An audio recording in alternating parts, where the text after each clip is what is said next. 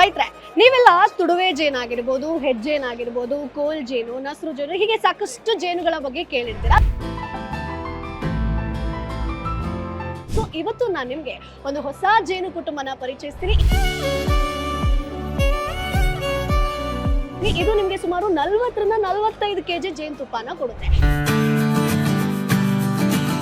ಹಾಗಾದ್ರೆ ಆ ಜೇನು ಕುಟುಂಬ ಯಾವುದು, ಯಾವ ರೀತಿಯಾಗಿ ಸಾಕಾಣಿಕೆ ಮಾಡಬೇಕು, ಇವೆಲ್ಲದ್ರ ಬಗ್ಗೆ ಕಂಪ್ಲೀಟ್ ಮಾಹಿತಿಯನ್ನ ಕೊಡೋದಕ್ಕೆ ನನ್ನ ಜೊತೆಗೆ ಡಾಕ್ಟರ್ ಜಗದೀಶ್ ಅವರಿದ್ದಾರೆ.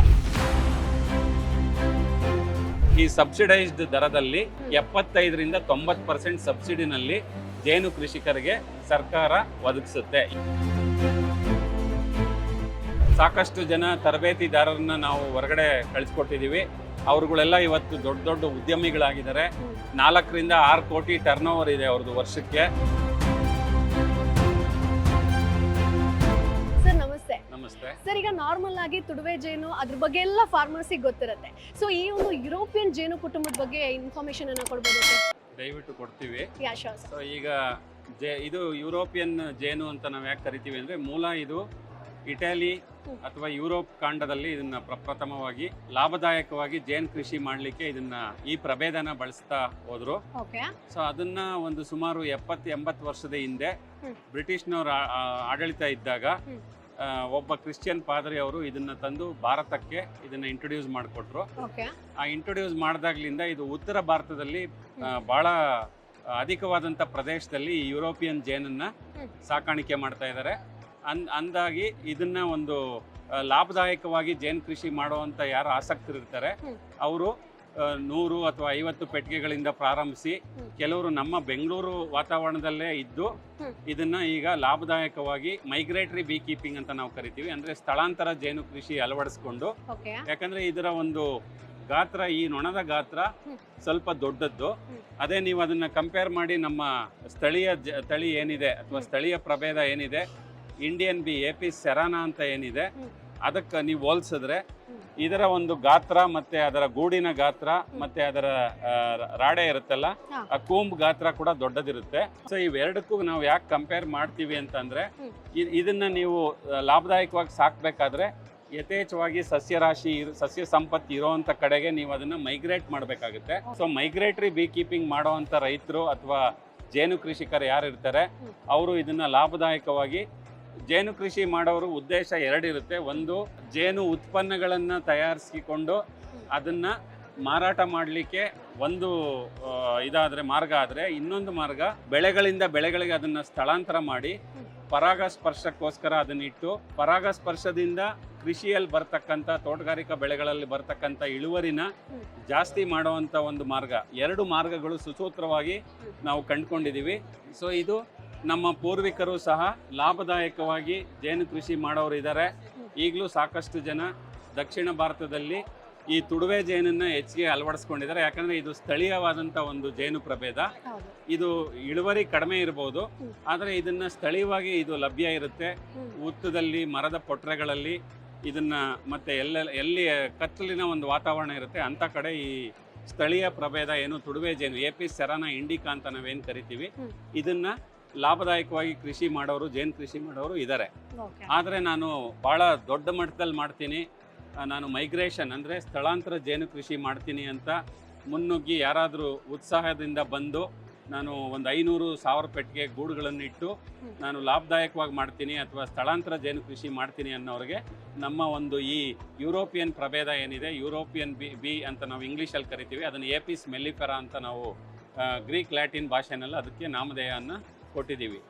ಸೊ ಈ ರೀತಿ 2 ಥರದ ಜೇನು ನೊಣಗಳನ್ನು ಒಬ್ಬ ಜೇನು ಕೃಷಿಕ 2ನ್ನೂ ಅಳವಡಿಸ್ಕೊಂಡು ಮಾಡ್ಬೋದು.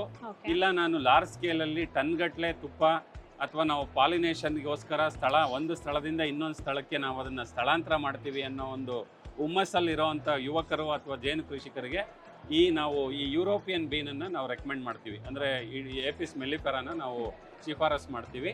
ಇದು ನಮ್ಮ ಜೇನು ಕೃಷಿ ವಿಭಾಗ, ಕೃಷಿ ವಿಶ್ವವಿದ್ಯಾನಿಲಯ, GKVK, ಬೆಂಗಳೂರು 560065.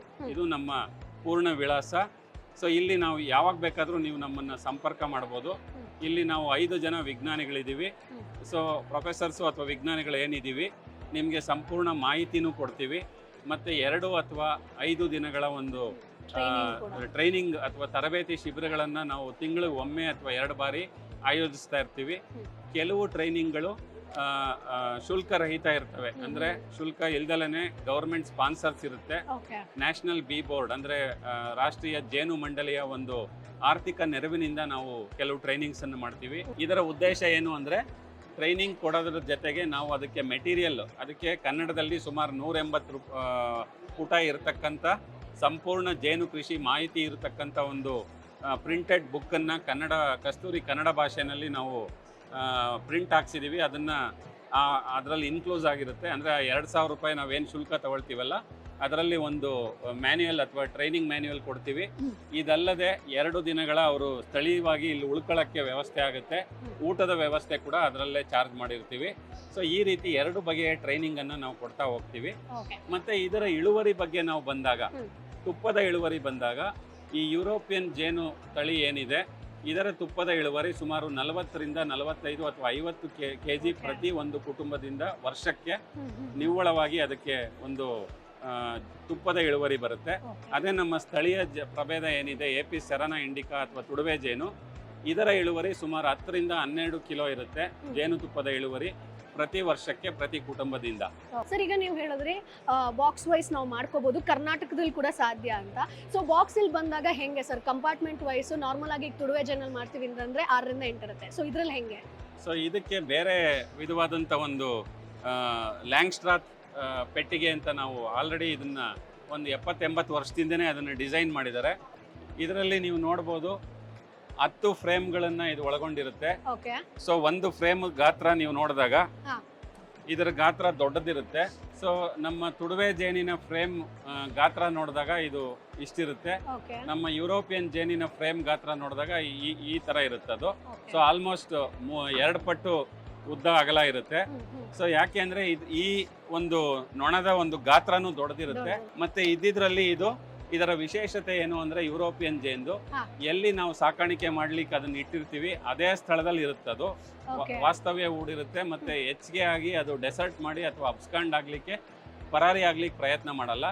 ಅದೇ ನಮ್ಮ ತುಡುವೆ ಜೇನನ್ನ ನಾವು ಸಾಕಾಣಿಕೆ ಯಾರು ಮಾಡ್ತೀವಿ, ವಾತಾವರಣದಲ್ಲಿ ಏನಾದ್ರು ಏರ್ಪೇರ್ ಆಗಿ ಅದಕ್ಕೆ ಆಹಾರ ಲಭ್ಯತೆ ಇಲ್ಲದೆ ಇದ್ರೆ ನಮ್ಮ ತುಡುವೆ ಜೇನು ಅಲ್ಲಿ ಆ ಒಂದು ಸ್ಥಳದಿಂದ ಪರಾರಿ ಆಗ್ಲಿಕ್ಕೆ ಬಹಳ ಉತ್ಸುಕತೆಯಿಂದ ಕಾಯ್ತಾ ಇರುತ್ತೆ. ಸೊ ಇದರಲ್ಲಿ ರಾಣಿ ಜೇನು, ಸೈನಿಕ ಜೇನು ಹೆಂಗಿರುತ್ತೆ ಸರ್? ಏನ್ ವ್ಯತ್ಯಾಸ? ಸೊ ರಾಣಿ ಜೇನು ಸಾಮಾನ್ಯವಾಗಿ ಯಾವುದೇ ಒಂದು ಜೇನು ಪ್ರಭೇದ ತಗೊಂಡಾಗ ರಾಣಿ ಜೇನಿನ ಗಾತ್ರ ಸ್ವಲ್ಪ ಮೊಟ್ಟೆ ಚೀಲ ಇರೋದ್ರಿಂದ ಹೊಟ್ಟೆ ಗಾತ್ರ ದೊಡ್ಡದಿರುತ್ತೆ ಮತ್ತೆ ರೆಕ್ಕೆ ತುಂಡವಾಗಿರುತ್ತೆ. ಅದೇ ನಮ್ಮ ಒಂದು ಕೆಲಸಗಾರ ನೊಣ, ಅದರ ಹೆಣ್ಣು ಸಂತತಿನ ನಾವು ವರ್ಕರ್ ಬಿ ಅಥವಾ ಕೆಲಸಗಾರ ನೊಣ ಅಂತೀವಿ. ಅದರ ಗಾತ್ರ, ಅದರ ರೆಕ್ಕೆ ಉದ್ದ ಇರುತ್ತೆ ಮತ್ತೆ ಅದರ ಗಾತ್ರ ರಾಣಿ ನೊಣಕ್ಕಿಂತ ಬಹಳ ಕಡಿಮೆ ಇರುತ್ತೆ. ಮತ್ತೆ ಒಂದು ರಾಣಿಯ ಒಂದು ಆಯುಷ್ಯು ನೀವು ಕಂಪೇರ್ ಮಾಡೋದೇ ಆದರೆ ರಾಣಿ ನೊಣ ಅಥವಾ ತಾಯಿ ನೊಣ ಏನಿರುತ್ತೆ ಅದರ ಆಯುಷ್ಯು ಸುಮಾರು 3ರಿಂದ 4 ವರ್ಷ ಬದುಕಿರ್ತಾಳೆ ಮಹಾತಾಯಿ. ಅದರ ಸಂತತಿ ಕೆಲಸಗಾರ ನೊಣ ಏನಿರುತ್ತೆ ಅದು ಬಂಜೆತನಕ್ಕೆ ಒಳಗೊಟ್ಟಿರುತ್ತೆ. ಸೊ ಅದು ಸ್ಟೆರೈಲ್ ಅಂತ ನಾವು ಇಂಗ್ಲಿಷಲ್ಲಿ ಕರಿತೀವಿ. ಅದರ ಆಯುಷ್ಯು ಕೇವಲ 6 ವಾರ ಇರುತ್ತೆ. ಸೊ ಕೆಲಸಗಾರ ನೊಣದ ಆಯಸ್ಸು 6 ವಾರ, ರಾಣಿ ನೊಣದ ಆಯಸ್ಸು 3ರಿಂದ 4 ವರ್ಷ ಇರುತ್ತೆ. ಸೊ ಇದಲ್ಲದೆ ಗಂಡು ನೊಣನೂ ಇರುತ್ತೆ, ಅದನ್ನ ಡ್ರೋನ್ ಅಂತ ನಾವು ಕರಿತೀವಿ. ಸೊ ನೀವು ಇಲ್ಲಿ ಈಗ ಎಲ್ಲ ಡ್ರೋನ್ಗಳ ಬಗ್ಗೆ ತಂತ್ರಜ್ಞಾನ ಬಹಳ ಬೆಳೀತಾ ಇದೆ. ಆದ್ರೆ ಪರಮಾತ್ಮ ಜೇನು ನೊಣದಲ್ಲಿ ಗಂಡು ನೊಣಕ್ಕೆ ಡ್ರೋನ್ ಅಂತ ಒಂದು ಹೆಸರನ್ನು ಕೊಟ್ಟಿದ್ದಾನೆ.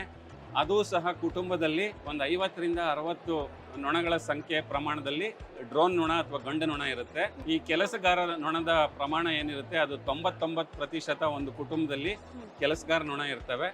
ಮತ್ತೆ ಏಕೈಕವಾಗಿ ಒಂದು ರಾಣಿ ನೊಣ ಇರುತ್ತೆ ಒಂದು ಕುಟುಂಬದಲ್ಲಿ. ಸರ್, ಈಗ ರೈತರು ಚಿಕ್ಕದಾಗಿ ಇದನ್ನ ಸ್ಟಾರ್ಟ್ ಮಾಡಬೇಕು, ಫಾರ್ ಎಕ್ಸಾಂಪಲ್ ನಾನು ಯುರೋಪಿಯನ್ ಜೇನ್ ಪೆಟ್ಟಿಗೆನೆ ತಗೋತೀನಿ ಅಂತಂದ್ರೆ ಎಷ್ಟು ಬಾಕ್ಸ್ ಇಂದ ಸ್ಟಾರ್ಟ್ ಮಾಡಬಹುದು, ಎಷ್ಟು ಪ್ರೈಸ್ ಸಿಗುತ್ತೆ ಸರ್? ಸೊ ಯಾವಾಗಲೂ ನೀವು ಏನೇ ಒಂದು ಉದ್ಯಮನ ಶುರು ಮಾಡಬೇಕಾದ್ರೆ ಸಣ್ಣ ಪ್ರಮಾಣದಲ್ಲಿ ಸುಮಾರು 5 ಪೆಟ್ಟಿಗೆ ಅಥವಾ 3 ಪೆಟ್ಟಿಗೆ ಇಟ್ಕೊಂಡು ನೀವು ಪ್ರಾರಂಭ ಮಾಡಬೇಕಾಗುತ್ತೆ. ಸೊ ಅದರಲ್ಲಿ ನೀವು ಸ್ಕಿಲ್ ಡೆವಲಪ್ಮೆಂಟ್, ಅದರಲ್ಲಿ ನಿಮ್ಮ ಕೌಶಲ ಅಭಿವೃದ್ಧಿ ಆಗ್ತಾ ನಂತರ ನೀವು 50 ಅಥವಾ 500 ಅಥವಾ 1000 ಪೆಟ್ಟಿಗೆನ ಇಟ್ಕೊಂಡು ಈ ಯುರೋಪಿಯನ್ ಜೇನು ನೊಣದ ವೈಶಿಷ್ಟ್ಯತೆ ಆಗ್ಲೇ ನಾನು ಹೇಳಿದ್ದೀನಿ, ಅದನ್ನ ಮೈಗ್ರೇಟ್ ಮಾಡಿದ್ರೆ ಅಂದ್ರೆ ಸ್ಥಳಾಂತರ ಜೇನು ಕೃಷಿ ಮಾಡಿದ್ರೆ ಮಾತ್ರ ಅದು ಲಾಭದಾಯಕವಾಗಿ ಹೆಚ್ಚಿನ ಒಂದು ಉತ್ಪನ್ನಗಳು ಜೇನು ಉತ್ಪನ್ನಗಳು ಸಾಮಾನ್ಯವಾಗಿ 4 ವಿಧ ಇರುತ್ತೆ.